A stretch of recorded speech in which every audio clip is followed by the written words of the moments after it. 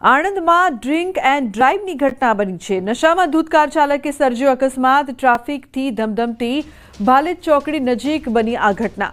Car ચાલક સહિત અન્ય એક શખ્સ નશાની હાલતમાં હતો। કારમાંથી દારૂ અને બિયરના ટીન્સ પણ મળી આવ્યા છે। પોલીસની નાઇટ પેટ્રોલિંગ પર સવાલો ઉઠ્યા છે। રાત્રિ પેટ્રોલિંગના પોલીસના દાવા માત્ર કાગળ પર સાબિત થયા। નશાખોરોને પોલીસનો કોઈ પણ જાતનો ડર ન હોય તેવું લાગી રહ્યું છે।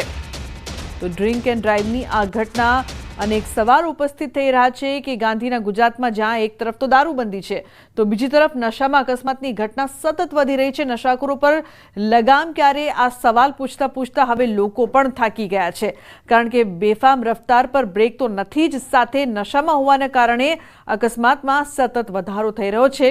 અનેક લોકોના જીવ જવાની પણ ઘટના બનતી હોય છે અવારનવાર, પરંતુ તેમ છતાં નબીરાઓ છે તે નશામાં કહી શકાય કે અકસ્માત સર્જી રહ્યા છે અને સાથે જ તેના પર કોઈ પણ જાતની લગામ નહીં।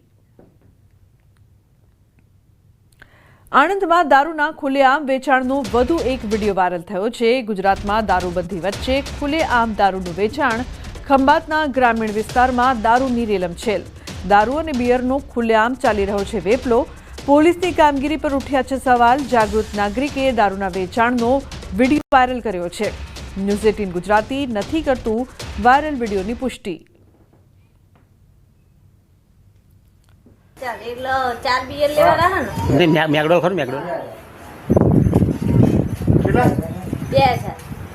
બિયર ના 500 રૂપિયા બિયર ના 2000 નહીં, આપણો 400 રૂપિયા 400 બિયર નહીં આપણા હોલમાં બીજી આઈટમ નહીં મેકડોલ અને 1380 અન્ય સમાચાર જામનગરથી। જામનગરમાં કાર અકસ્માતના સીસીટીવી સામે આવ્યા છે। દિગ્જામ સર્કલ પાસે અકસ્માતની ઘટના બની છે। પૂરપાટ આવતી કાર ડિવાઈડર સાથે અથડાઈ। સમગ્ર ઘટના સીસીટીવીમાં કેદ થઈ છે। આ સમગ્ર ઘટનામાં કાર ચાલકને ઈજા પહોંચી છે। તો બનાસકાંઠાના દિયોદરમાં સતત બીજા દિવસે પણ આગનો બનાવ બન્યો છે। બનાસ બેંક નીચે અર્બુદા સાડીના શોરૂમમાં તેમજ ગોડાઉનમાં મોડી રાત્રે આગનો બનાવ બન્યો છે। આગે વિકરાળ સ્વરૂપ ધારણ કરતા ફાયરની ટીમો ઘટના સ્થળે દોડી આવી હતી।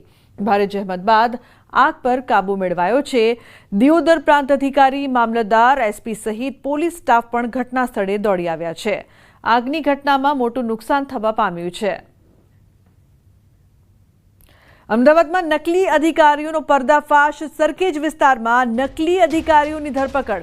અમદાવાદ ગ્રામ્ય એસપી કચેરીમાં નકલી અધિકારી બનીને મુલાકાત માટે ગયા હતા। પોલીસને શંકા જતા પૂછપરછ કરતા ભાંડો ફૂટ્યો। નવીન જોડાયા છે ફોન લાઈન પર વધુ માહિતી માટે। નવીન, જે પ્રકારથી નકલી અધિકારીઓ બનીને ઝડપાયા છે કેટલાક લોકો, શું અપડેટ છે આપની પાસે? લોકોના તેમની પાસેથી અલગ અલગ જે કાર્ડ મળી આવ્યા છે અને તે લોકો ગ્રામ્ય એસપી ઓફિસે જે મળવા ગયા હતા અધિકારી બનીને, તેને લઈને તપાસ કરતા જાણવા મળ્યું કે તે લોકો કોઈ અધિકારી નથી, પરંતુ આ રીતે તેમની પાસે કાર્ડ મળી આવ્યા છે। કુલ 4 લોકો છે। 4 લોકોની અત્યારે પૂછપરછ હાથ ધરવામાં આવી છે અને તેનો ઉદ્દેશ્ય શું હતો, તેમનો હેતુ શું હતો તે જાણવા માટેના તમામ પ્રયત્નો કરવામાં આવી રહ્યા છે અને આગળની કાર્યવાહી સરખેજ પોલીસ સ્ટેશન દ્વારા કરવામાં આવી રહી। આભાર સમગ્ર માહિતી બદલ। સમાચારનો પ્રવાહ યથાવત રહેશે। હાલ રોકાઈશું એક બ્રેક માટે। આપ જોતા રહો ન્યૂઝ 18 ગુજરાતી।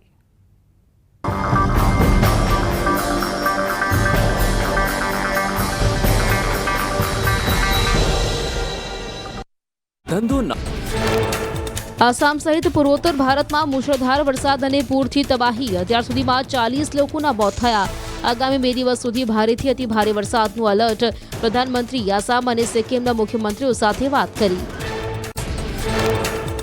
આસામમાં પૂરનો પ્રકોપ યથાવત। ખવાંગ ક્ષેત્રના અનેક ગામ બેટમાં ફેરવાઈ જતા ઘાસચારા સહિતની કૃષિ પેદાશોમાં નુકસાન। તંત્રએ પૂરને લઈને કોઈ કામગીરી ન કર્યાનો સ્થાનિકોનો આક્ષેપ। આસામના અનેક ગામોમાં બ્રહ્મપુત્ર નદીના પાણી ઘૂસ્યા। સોનિતપુર, ચિતલમારી અને બાચા શિમલુમાં પૂરના કારણે સ્થિતિ વિકટ બની। અનેક લોકોના ઘર પાણીમાં ડૂબ્યા। ડાંગર, મકાઈના સહિતનો પાક ધોવાયો। અનેક લોકો પૂરના કારણે ઘર વિહોણા થતા આશ્રય સ્થાન પર ખસેડાયા। અનેક લોકોની આજીવિકાને પહોંચી ભારે અસર। રાહત શિબિરોમાં ભોજન, પાણી અને દવાઓ સહિતની વ્યવસ્થા કરાઈ। ગુજરાતમાં ચોમાસાના વિલંબની શક્યતા 14 અથવા 15 જૂન પછી ચોમાસું પહોંચે તેવી શક્યતા રત્નાગીરી પાસે બનેલી સિસ્ટમ વિખેરાઈ જતા ચોમાસું નથી વધ્યું આગળ. કેરળથી નીકળેલું ચોમાસું મુંબઈ આવીને અટક્યું. દક્ષિણ ગુજરાત માટે આગામી 24 કલાક ભારે વરસાદની હવામાન વિભાગની આગાહી. વલસાડ, સુરત, નવસારી, ડાંગમાં પડી શકે છે ભારે વરસાદ.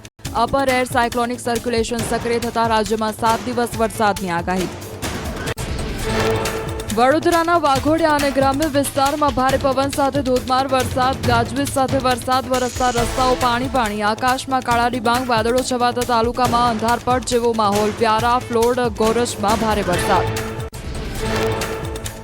સંઘ પ્રદેશ, દાદરા નગર હવેલી અને સેલવાસમાં વહેલી સવારથી વરસાદ. વાદળછાયા વાતાવરણ વચ્ચે આસપાસના વિસ્તારોમાં હળવા વરસાદી ઝાપટા. રસ્તા પર ભરાયા પાણી. વાતાવરણમાં ઠંડક પ્રસરી. વલસાડ જિલ્લામાં વહેલી સવારથી વાતાવરણમાં પલટો આવ્યો. વલસાડ, ગુંદલાવ, ગોરગામ, સરોણ સહિતના વિસ્તારોમાં વરસાદ. સવારે નોકરી ધંધા પર જતા લોકો અટવાયા.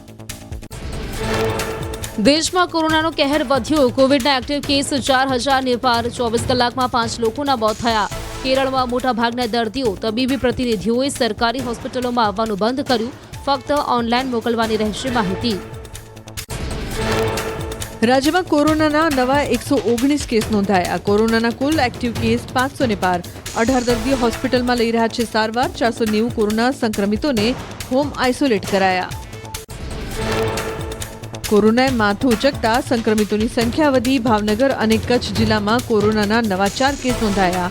સુરેન્દ્રનગરના ધ્રાંગધ્રા તાલુકામાં 3 લોકો થયા કોરોના સંક્રમિત. તમામ લોકોને હોમ આઇસોલેટ કરાયા.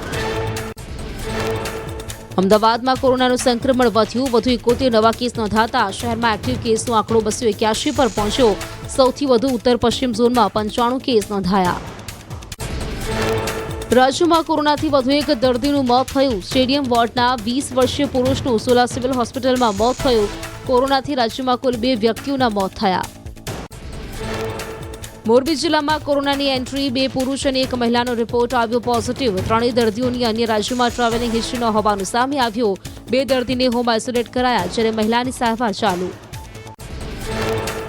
રાજકોટ શહેરમાં કોરોનાના કેસમાં વધારો. છેલ્લા 24 કલાકમાં વધુ 9 કેસ નોંધાયા. રાજકોટમાં અત્યાર સુધીમાં કોરોનાના 61 કેસ નોંધાયા, જેમાંથી 18 દર્દીઓ થયા સ્વસ્થ. 43 કેસ એક્ટિવ. આરોગ્ય વિભાગે લોકોને સાવચેત રહેવા કરી અપીલ. બેવડી ઋતુના કારણે અમદાવાદ શહેરમાં વકરો રોગચાળો. અસારવા સિવિલ હોસ્પિટલમાં મે મહિનામાં 95,000 ઓપીડી નોંધાઈ. 8,200 દર્દીઓ થયા હતા દાખલ. છેલ્લા એક સપ્તાહમાં નોંધાઈ 21,000 ઓપીડી.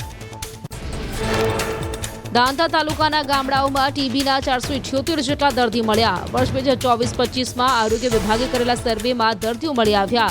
ટીબી સંક્રમિતોના સંપર્કમાં આવેલા 18,000 લોકો શંકાસ્પદ મળ્યા. તપાસ કરતા ટીબીના વધુ 18 દર્દી મળ્યા.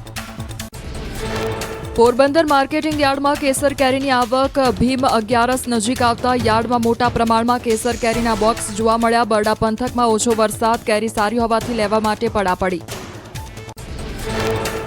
રાજકોટ શહેરમાં મનપાએ કરેલા પ્રી મોન્સૂનના દાવાઓની પોલ ખુલી. વર્ષોથી ચોમાસા દરમિયાન પાણી ભરાતા વિસ્તારોમાં નથી કરાઈ કામગીરી. જર્જરિત મકાનોને આપેલી નોટિસ માત્ર કાગળ પર. 600 જર્જરિત મકાનોને આપવામાં આવી છે નોટિસ. માધાપર ચોકડી વિસ્તારમાં નથી થઈ વોંકળાની સફાઈ. 150 ફૂટ રોડ પર ગટરની જાળીઓ બુરાયેલી હાલતમાં જોવા મળી. શહેરમાં અનેક જગ્યાએ કરાયું પાણીની પાઇપલાઇન માટે ખોદકામ. રૈયા વિસ્તારમાં પણ જોવા મળ્યો મોટો ખાડો.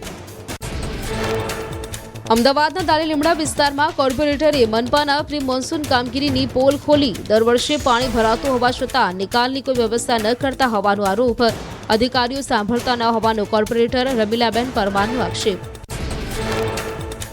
ગુજરાત કોંગ્રેસ લઈને મોટા સમાચાર. રાહુલ ગાંધીએ સંગઠન યાદી અટકાવી હોવાની માહિતી. રાહુલ ગાંધી કાર્યાલય તરફથી કોંગ્રેસના નેતાઓની ફરી યાદી આપવા સૂચના અપાઈ. રાહુલ ગાંધીએ ગુજરાત કોંગ્રેસના નેતાઓને આડે હાથ લીધા. ભોપાલ ખાતે કોંગ્રેસ કાર્યક્રમમાં રાહુલ ગાંધીનું નિવેદન. કહ્યું જિલ્લા પ્રમુખ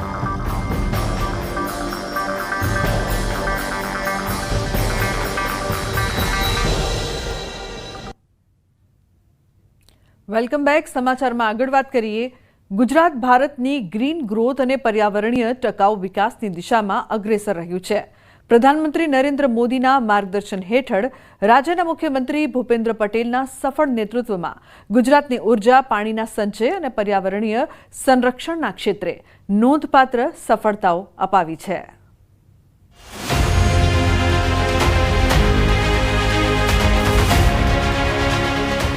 ગુજરાત ભારતની ગ્રીન ગ્રોથ અને પર્યાવરણીય ટકાઉ વિકાસની દિશામાં અગ્રેસર રહ્યું છે.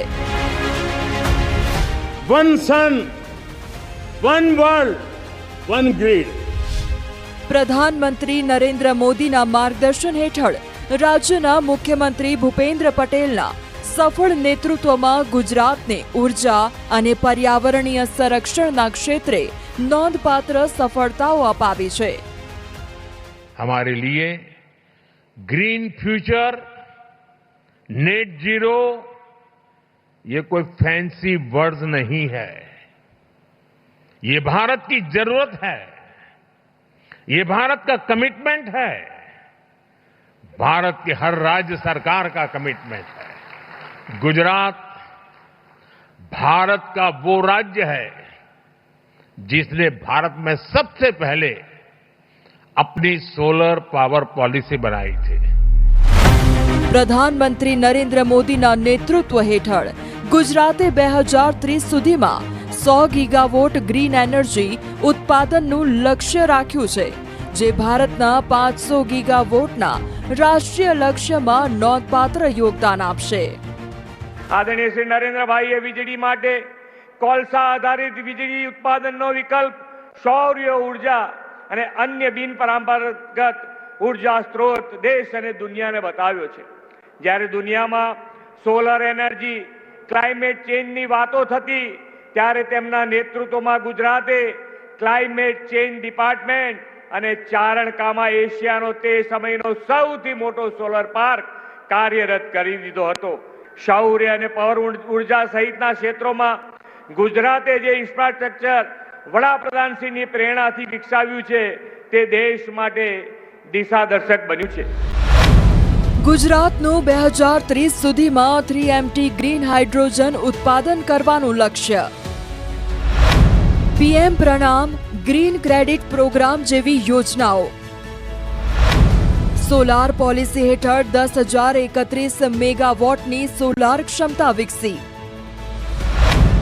હાઇબ્રિડ પોલિસીથી 1,373 મેગાવોટની ક્ષમતા સ્થપાઈ. 2500થી વધુ સરકારી ઇમારતો પર સોલાર રૂફટોપ. ગ્રીન મોબિલિટી હેઠળ બેટરી ઓપરેટેડ વાહનોને સબસિડી. રાજકોટ જિલ્લા અને શહેરના ઉદ્યોગકારો અને પર્યાવરણ પ્રેમીઓ સરકારની ગ્રીન હાઇડ્રોજન પોલિસીને આવકારી રહ્યા છે. ગુજરાત સરકાર દ્વારા ગ્રીન હાઇડ્રોજન જે પોલિસી એક્સપાન્સ કરવામાં આવી રહી છે આગામી દિવસોમાં, એને કારણે ઉદ્યોગોને ઘણી બધી રાહત થાય છે. અને રાજ્ય સરકાર દ્વારા જે આગામી પગલાઓ લેવામાં આવી રહ્યા છે, આ જે પોલિસી લાવવામાં આવી છે, ઘણો બધો આમ લોકોને પણ ફાયદો થશે. પર્યાવરણમાં જે આ ગ્રીન વિદ્યુતનું જે આવ્યું છે સરકારનું, એમાં પર્યાવરણની દ્રષ્ટિએ જોતા એ ખૂબ જ આવકાર્ય છે. સરકારને આમાં જ અમે ખૂબ જ અભિનંદન આપીએ છીએ અને આમાં ખૂબ આગળ વધે. મધ્ય ગુજરાત વીજ કંપની લિમિટેડમાં PM સૂર્યઘર યોજના અંતર્ગત કુલ 55,602 રહેણાંક ગ્રાહકોના ત્યાં સોલાર રૂફટોપ સિસ્ટમ લગાવવામાં આવે છે, જેની સ્થાપિત વીજ ક્ષમતા 216.49 મેગાવોટ છે. સોલાર રૂફટોપ યોજના અંતર્ગત રાજ્યના સસ્ટેનેબલ વિકાસ અને ઉર્જા સુરક્ષાને વેગ મળશે તથા સસ્તા દરે વીજળી પણ ઉપલબ્ધ થશે. વડોદરા જિલ્લા અને શહેરના લોકો પ્રધાનમંત્રી સૂર્યઘર યોજનાને લઈ